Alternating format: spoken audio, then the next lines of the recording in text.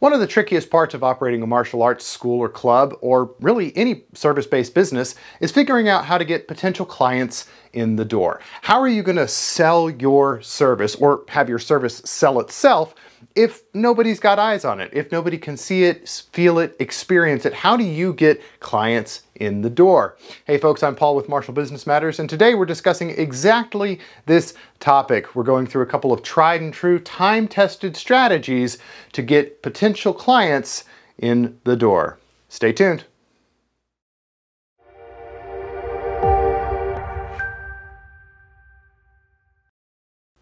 All right, so we're talking about lead generation. At its core, lead generation.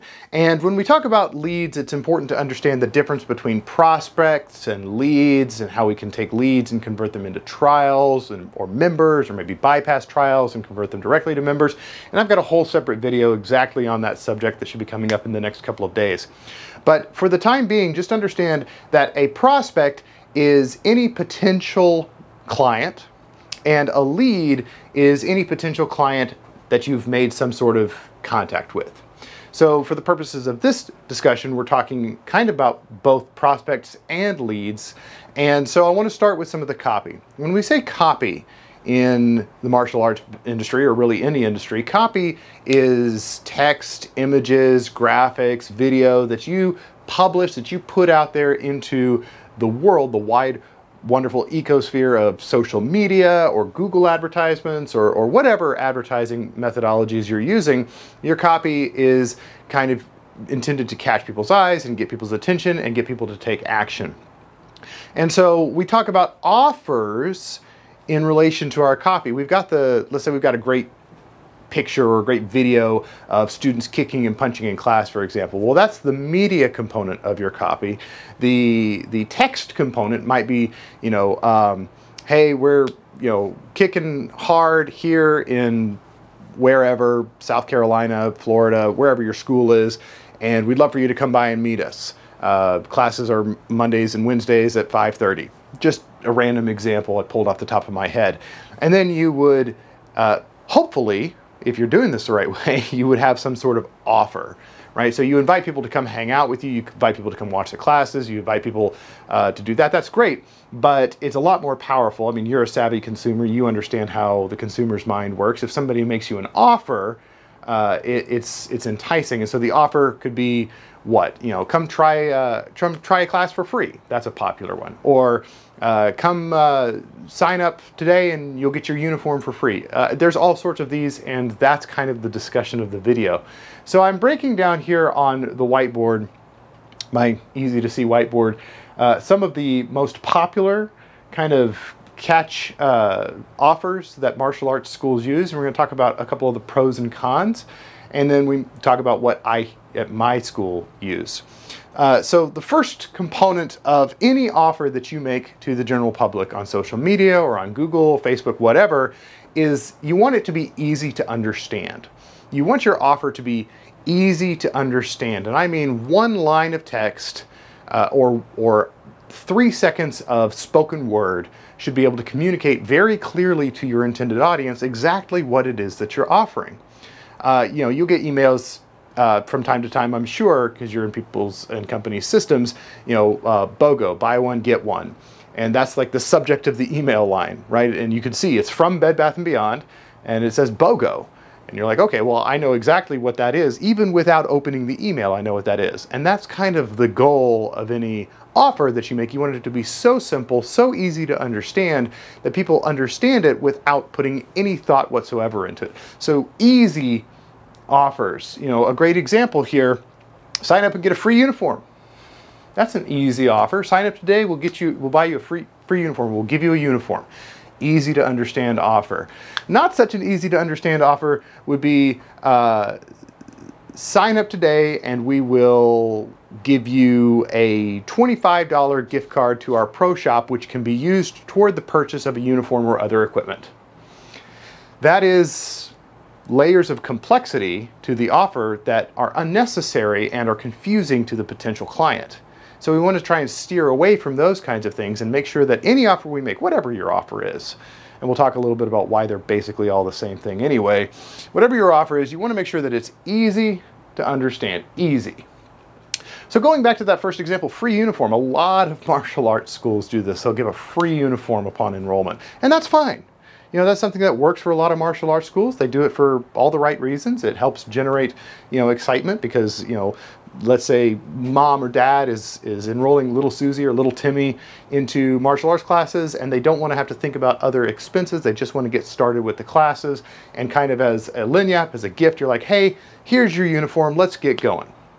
Or a lot of schools will do an enrollment fee and have that enrollment fee cover the uniform and things like that. I'm not a big fan of enrollment fees. I've talked about that before. I'll talk about it some more, I'm sure. I may even put a card here to another video where I talk about why I don't like enrollment fees. But a lot of schools will do the whole free uniform thing, and that's an easy to communicate, easy to understand offer that you might make to a client, a potential client, I should say. Then we get into some more specifics here. You'll see, you know, if you browse Facebook, Instagram, even Google, whatever, you'll see a lot of schools are doing a month of training as a component of their offer. Whatever price tag they put on that, the offer tends to lean back towards 1 month of training. Hey, $50 for a month of training and a free uniform. Again, whether or not that savvies with your target demographics or if that works for your area is kind of down to financials, but it's an easy to understand offer. 50 bucks, a month of classes, and a uniform, right? Very easy to understand. It's catchy. You can grab someone's attention off of their social media feed with an offer like that, assuming you've got good media and so forth. Another one that's pretty popular is 2 weeks. 2 weeks for a very, very low price point. And we can talk, you know, maybe in later videos about the different stratagems behind hitting higher income families and lower income families and kind of middle income families. But typically you would see 1 month as kind of a target for a higher income demographic and 2 weeks as a target for a lower income demographic, because the 2 weeks is typically going to associate a much, much lower price point than the 1 month. So for example, the 1 month offer might be 50 bucks for a month of classes and a uniform. The 2 weeks offer might be 20 bucks for 2 weeks and a uniform. They're basically the exact same offer. There's a difference of, you know, $10 on the surface there. 2 weeks versus 4 weeks, 20 bucks versus 50 bucks. They both come with a free uniform.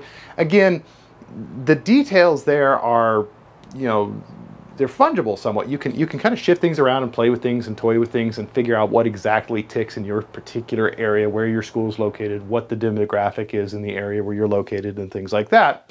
But the 1 month for 50 and the 2 weeks for 20 is basically the exact same offer. It's just a different kind of packaging. And in fact, if you had the free capital, I would encourage you, if you were going to run something like that, to split test it, right? Run some ads at 1 month for 50 bucks and run some ads for 2 weeks for 20 bucks and see which ad set performs better, and then start leaning heavier into the one that's performing better, you know, in terms of your ad spend. Simple strategy, but it works. But, you know, bottom line, the exact offer is, it is what it is, whatever. You're going to see a lot of free uniforms thrown around. You're going to see a lot of 2 weeks, a lot of 3 weeks, a lot of 4 weeks. 6 weeks is a popular one. I see that one quite often when I'm investigating other schools in my area. I see 6 weeks for $69, for example. And again, what's the difference between 2 weeks for 20, 4 weeks for 50, or 6 weeks for 70? There isn't a difference. It's just a packaging difference. It's the exact same offer. It's just, how are you branding it? How are you pushing it into the market? Are you split testing? Are you figuring out what works best? So that's kind of neither here nor there. The free uniform component, again, I don't like giving away free stuff, just like I don't like doing enrollment fees. And basically it comes down to that uniform cost me money. Some of my uniforms cost me quite a bit of money. I actually did a video exactly on that subject where I talked about where I get my uniforms and what they cost me and things like that. So when I see the word free, when somebody says, hey, I'm going to give away a free uniform, to me, that's not free. That costs money. And then there's going to be gurus out there who say, oh, well, it's just the cost of doing business. It's an incentive. If you're giving them a free uniform, you're giving them the feel goods, and they're more likely to stick with you for longer. I just have a difference of opinion. Those individuals who are making those claims and pushing that agenda are running, wonderful, successful schools. I'm running a wonderful, successful school. I have a difference of opinion. I don't give away those uniforms for free. So I think that one of the principal components about whether or not you're giving that uniform away for free is whether or not you're willing to lose money on a tire kicker. And that is more of a philosophical question than it is a financial one. Obviously, you can't give away the uniforms for free if you can't afford to give the uniforms away for free. So we're going to assume that you can afford it. And so then it just comes down to philosophy. And my philosophical perspective is I'm not going to give anything to a tire kicker. And that's just me. Again, they're running great, successful businesses. I'm running a great, successful business. It's a difference of opinion. It's a difference of philosophy. But at the end of the day, both work. That's going to depend on you. That's going to depend on you, whether or not you're giving stuff away as part of your offer. But I want to bring your attention down to this bottom line of text. And I kind of did this in red and black. It's a little wonky. Hopefully this shows up pretty well on the camera. But I wrote here, catch is king. Catch is king. And this is true of media, the types of pictures that you're using, the types of videos that you're using, and this is true of the copy, the types of verbiage that you're using, the words and the phrases that you're using, and it's the offer itself. How catchy is your lead? Not your lead, how catchy is your offer? How catchy is your ad copy? Because if you're doing paid advertisements, Facebook, Instagram, Nextdoor, Google, you've got to realize that you are competing for visual real estate with a lot of other companies, individuals. If people are on Facebook, they're scrolling through their newsfeed, they're seeing news, they're seeing posts from friends, they're seeing images of their niece's christening, whatever. Your ad might pop up. If it's not catchy, the keyword catch is not going to catch that person's attention. That person is going to remain only a prospect and never get to the stage of being a lead because your ad copy, your media, your graphics, your offer weren't catchy enough to pull them out of their social media trance for 5 seconds to hit a button to learn more. And that's what this ultimately comes down to. So offers are what offers are. The offer you're going to make and settle into for your school or your club is going to be different than the offer that the person literally down the road has set up for their school, because a lot of it just comes down to personal preference. There are some kind of gold standards. For example, you don't want to offer somebody 3 months of a trial for a low price point, because at that point you are just kind of giving time away. Some of the goals that you should have in terms of converting a prospect into a lead into a trial, the next stage is to get them from trial to student. And if you have too long of a trial period, then you run the risk of that individual burning out or losing interest before they actually convert to student. Although there are ways and strategies of doing early conversions. You can do early enrollment specials and things like that for people who are on trials and you're looking to get them into student status quicker. But the bottom line is that the offer you make only matters in so far as how it directly relates to your personal identity as a school owner or as a club manager. If you want to give away free uniforms, give away free uniforms. If you want to give away free time, give away free time. If you want to give 1 month trials, two-week trials, 6-week trials, at the end of the day, it more or less all bottles down to the same thing, which is the offer is, please come to my school, experience what we have to offer, and if you like it, we're going to see if we can get you signed up. That's all the base level offer is. Anything else is just playing with numbers and playing with timelines and trying to get people interested based on demographic data. A couple of things that I will share with you that are potential pitfalls or potential challenges. Number one, we live in a post-pandemic world today. In a pre-pandemic world, and this is just industry data, it's anecdotal from my own experience as a school owner, but also it's industry-wide from all of my research. with other schools, that pre-pandemic, if you set somebody up with a free trial and you scheduled that person a trial class, there was a show rate of 75, 80% of the people who registered for and scheduled free trials. Whether it was a come try a class, come try 2 classes, come try it for a week, whatever. If it was free, there was a pretty good show rate, 75, 80% across the board. Unfortunately, as I mentioned, we live in a post-pandemic world, and in a post-pandemic world, the statistics today have drastically flipped. Again, this is both anecdotally based, but also research and evidence based. The numbers have flip-flopped. You register somebody for a free trial, there's only about a 25% chance that they're going to show up. And if you're a one-man or one-woman operation and you're scheduled and you've only got 1 or 2 spots available at any particular class for trial students, you are going to quickly work against yourself scheduling tire kickers and looky-loos for trials that they're never going to show up for. And so a pitfall of the free trial is as simple as saying easy come, easy go. If there's no commitment up front, if there's no money up front, then the chance that they're going to show up and actually follow through with the appointment they scheduled is very, very, very low. So that's a pitfall. You offer something for free, you need to understand that A, you're probably scraping the bottom of the barrel anyway, but B, the chances of actually reaping any rewards from free offerings is extraordinarily, extraordinarily low. So my advice, and this is what we do at my school, is to have some sort of barrier of entry, some sort of paywall to get in the door.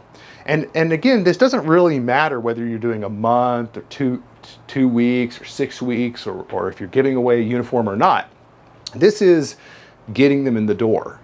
And in my opinion, based again on anecdotal and evidence-based research, having a paywall, a very, very small one or a substantial one, make them pay up front their $70 6-week trial just in order to schedule the class. That's fine too. But having the paywall drastically reduces the number of no-shows. It drastically increases the quality of the lead. Because if they've had to put money on the table, then they have qualified themselves as a sincere candidate for membership at your club or at your school. I'll use my school as an example right now, and we've been doing this for the past several weeks. Our offer online in Facebook, Instagram, Google, and so forth is $2 for 10 days of classes. $2 for 10 days of classes. Now that's timeline based, not class based. So they can try and squeeze in as many classes as they want in that 10 days, but as soon as they hit the button, that 10-day trial has started. So some people who are buying that trial are getting 2 classes. Some people who are buying that trial are getting 4 or 5 classes. Just depends on how often they're getting here. And again, that's one of the ways that we kind of gauge interest. We tell people up front, hey, the clock is ticking. Let's get you into class. And how eager they are to get into class is one of our big markers for how eager they are to actually fulfill their obligations, become a student, become a valuable member of the school. That's how we've been doing it for the past several weeks now, and we've been getting a lot of success from that. Now, of course, you're still going to get no-shows. You're still going to get people who buy the trial and you never see them. You're going to get people who buy the trial, schedule the first class and don't show up for it, reschedule that first class, don't show up for it, try and reschedule it a third time. Hey, sorry, your trial expired, go somewhere else. And I mean it. I've had that conversation 3 times just in the past couple of weeks. Your trial expired, go somewhere else. I'm sorry you couldn't, find it and you prioritize this thing that you paid for, but it's expired. Go away.